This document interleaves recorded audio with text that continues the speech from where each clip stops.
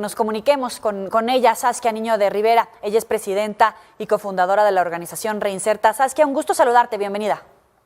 Al contrario, el gusto es mío estar con ustedes. Yo los saludo con mucho gusto. Oye, me parece alarmante que hablamos de la muerte de 24 jóvenes. Muchos dicen, si fueran 24 jóvenes asesinados en una escuela secundaria, preparatoria, sería escandaloso, pero como fue en un centro de rehabilitación, en un anexo, un refugio, parece que no es tan grave, pero son 24 jóvenes asesinados. Pues lo vimos ahorita en las imágenes, incluso una de las imágenes que ustedes ponen parece que incluso eran niños, ¿no? Algunos de ellos.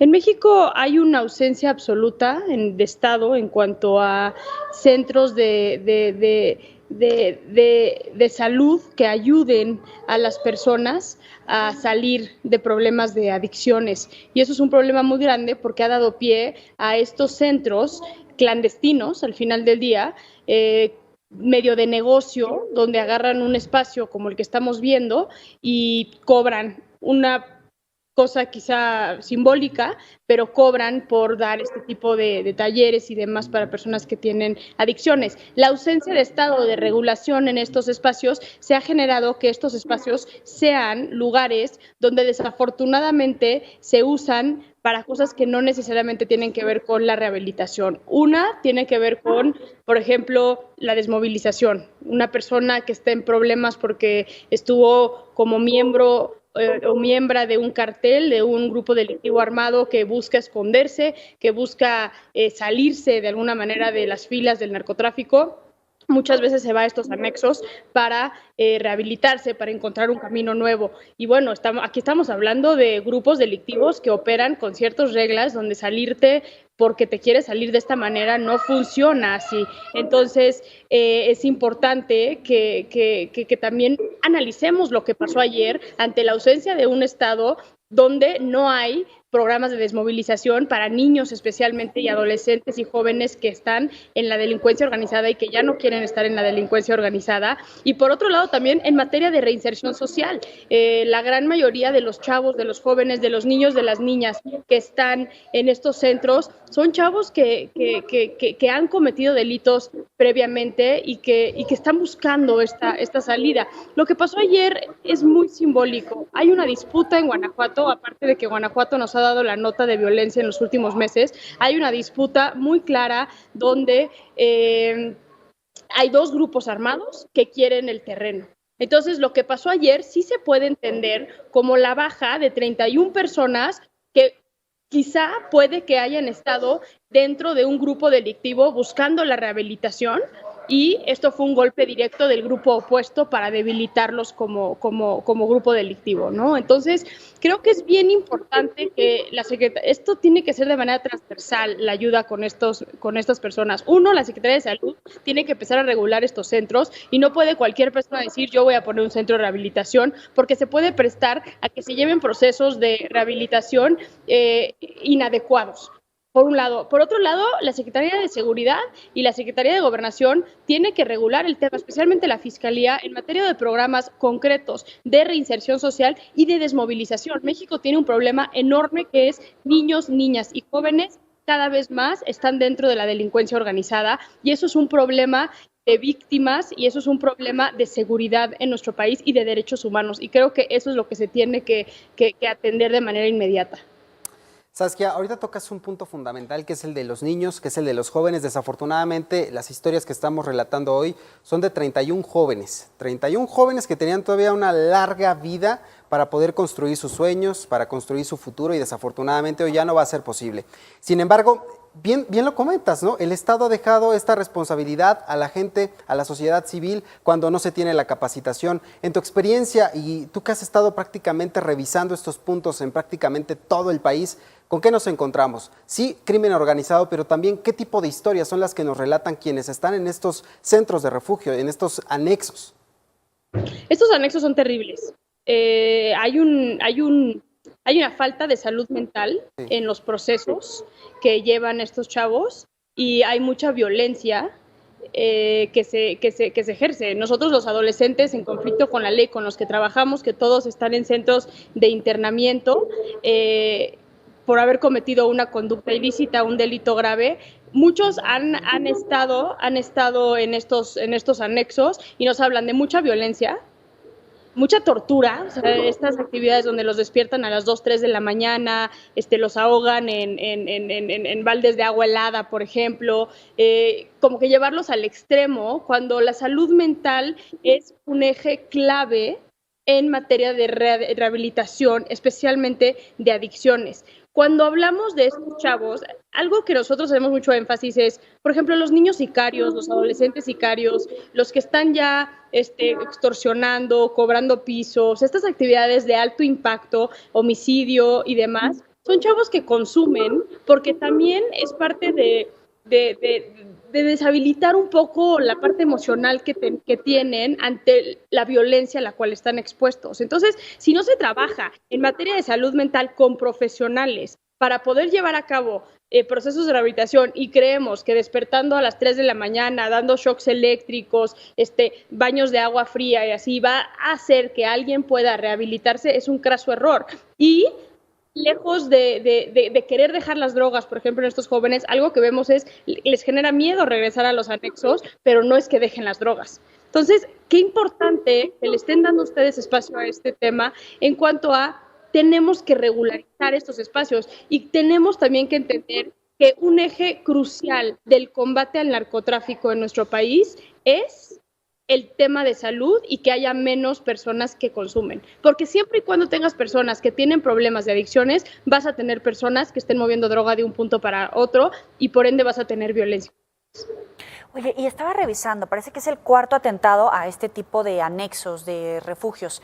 Por un lado es un mensaje de que esos lugares no son un sitio seguro para jóvenes, para adolescentes que están en ese lugar, porque a lo mejor, como tú dices, es una disputa entre bandas per se, pero también por otro, ¿qué nos pasa a nosotros como sociedad? Porque al final, insisto en el punto, parece que es selectivo. Si matan a un niño, a un adolescente que estaba en la escuela es una cosa, pero los otros que están vinculados con drogas, que tienen un historial criminal, parece que no tienen ya las mismas oportunidades. ¿Qué nos está pasando? Tanto al Estado, que es ausente, como a los gobiernos estatales, como a nosotros como un entramado social.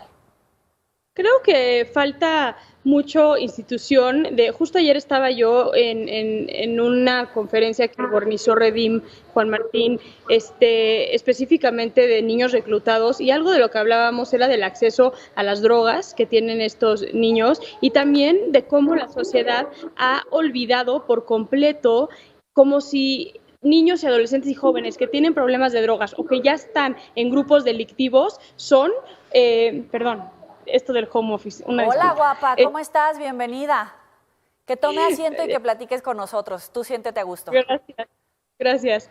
Te lo agradezco mucho, gracias. Es importante que haya oportunidades para ellos. Algo que vemos mucho, a nosotros después nos buscan las mamás, por ejemplo, de los jóvenes con los que trabajamos y nos dicen mucho, ya no sé qué hacer con mi hijo, necesito que por favor me ayuden, tiene un problema de drogas, tiene un problema de adicciones, y necesito, ya no sé qué hacer con él. O también las mamás, los papás, los familiares están expuestos a violencia, saben a lo que se atañen sus hijos, entonces son como actos desesperados de meterlos a estos lugares, pero también ante la ausencia de lugares profesionales y lugares protegidos, como debería de ser un modelo de desmovilización. Fíjense que yo estuve en Colombia el año pasado, y ellos tienen todo un modelo de desmovilización. El tener a un niño o un adolescente, en un joven, por ejemplo, dentro de un grupo delictivo, implica sacarlo todo un esquema donde el gobierno tiene que estar involucrado de desmovilización, con un programa de testigos protegidos, con un programa de rehabilitación y de reinserción social y con un programa de desmovilización físico, literalmente para él, ella o su familia. Y eso lo hacen en otras partes del mundo y en México no tenemos ni siquiera un modelo de desmovilización, ni les cuento de la ausencia de programa de testigos protegidos, y tienes un severo problema con jóvenes en la delincuencia organizada que tienen problemas de adicciones y que aparte ya pertenecen a estos grupos donde la única manera de salir es por la muerte o la cárcel. Entonces la familia se angustia mucho y desesperadamente, con los pocos recursos económicos que muchas veces tienen, pues estos centros son sus únicos lugares de oportunidad, ¿no? Para salvar la vida, literalmente. Entonces lo que ha pasado con estos centros es que se han llenado de jóvenes que se están o escondiendo de la delincuencia organizada o están en el intento, digamos, de salirse del grupo que pertenecen. Pero pues ante las reglas de cómo operan los grupos delictivos, salirte porque te da la gana salirte, pues no es una opción. Yo veía las historias, Saskia, de los padres de familia de estos jóvenes, que ellos decían, vine apenas a verlo el pasado fin de semana, ¿no? Estaba bien, estaba tranquilo, lo alcancé a ver, comimos juntos, en fin, intercambiaron puntos de vista y desafortunadamente días después ya no están con vida. Esas son las historias que cuentan los padres de familia de estas personas con bajos recursos y ahí yo te preguntaría, ¿cuál es el papel del Estado y la estrategia que se tiene? Porque si bien apuntas que esto no es nuevo, que lleva varias décadas funcionando así y que desafortunadamente no tienen salida, ¿por qué no se le ha apostado recursos a intentar salvar a estos jóvenes de la delincuencia? Pues algo que nosotros desde Reinserta hemos empujado muchísimo es cuando analizamos el tema de jóvenes en procesos de reinserción, en procesos de rehabilitación, se tiene que entender como una estrategia integral donde el Estado tiene que tener cabida. Y es increíble cómo año tras año realmente llevamos desde Fox, si no es que antes, donde la salud mental y centros de rehabilitación en materia de salud y trabajo con personas que tienen problemas de adicciones han sido la última prioridad. Y algo que constantemente estamos recordando es, tú no puedes combatir el narcotráfico, tú no puedes combatir la violencia si no estás trabajando con el problema que es la gente que lo consume. Y ese es el principal problema aquí. En México tienes diferentes anexos. Tienes anexos privados, ¿no? Los centros, un Oceánica, que son completamente inalcanzables para el 99.9% de la población. Y tienes estos otros centros que te cobran entre 1,500, 3,000, el más caro te cobrará 5,000 pesos, por ejemplo, que eso es algo que en un acto de desesperación la familia junta para poder meter a sus familiares a estos centros, ¿no? Algo que también pasa es que la falta de regularización de estos centros, ahorita ustedes lo dijeron muy claro, no se sabe cuánta gente había dentro, ¿no? Entonces no tenemos certeza de exactamente si alguien se fugó, si se llevaron a alguien secuestrado, si todos los miembros, quiénes eran las personas que estaban adentro, cuál es el historial clínico de cada una de las personas que estaban adentro. Oigan, tantito, Pía. No. Flank, estoy en televisión en vivo. Dice ayuda. Perdón. Es la falta de regularización. Entonces también otro de los problemas que hemos tenido aquí adentro es que muchos de estos jóvenes son usados en temas de trata de personas. Entonces hemos tenido también nosotros muchos reportes de casos que tienen que ver con habían tantos, pero pues llegó un grupo criminal y se llevó a 5 y bueno, no hay registro de esos 5, ¿no? Entonces, ¿dónde están esos 5 niños o esos 5 jóvenes que de pronto desaparecieron de aquí? Y como de alguna manera son jóvenes, chavos que tienen problemas de adicciones, que probablemente pertenecían a alguna pandilla o algún grupo delictivo, pues son como la escoria, ¿no? Entonces, pues de ellos no hay que voltear. Ustedes lo dijeron ahorita, si esto hubiera sido una escuela, otra hubiera sido la noticia. Oye, fíjate que están comenzando a llegarnos algunos mensajes con los apuntes que estás dando. ¿Y qué opinas de toda la ayuda que está dando AMLO a los jóvenes con los ninis, y las becas? ¿Eso ayuda a salir de esta situación para los que están inmersos en una situación de violencia, de crimen, de bandas, etcétera? ¿Y en general ayuda? Creo que el programa que tiene la Secretaría de Trabajo es una intención muy buena, pero creo que falta una cosa que es un modelo integral. Una vez más, estás partiendo de una hipótesis falsa, que es el problema en México de la delincuencia o de la pobreza o de todo es que no tienen trabajo. Ese no es el problema. El problema en México es que integralmente hay una ruptura. Hay falta de educación, de acceso a la educación, es problema de adicciones, es pobreza, es cultura del narco, son muchos factores. Entonces, el que tú digas, voy a hacer un programa donde le voy a dar a los ninis de trabajar para solucionar el problema, pues claro que no. Al rato te llega un nini, sí, pero adivina qué, un nini que consume. Entonces, yo como empresa no tengo por qué aventarme que esta persona tiene un problema de drogas también.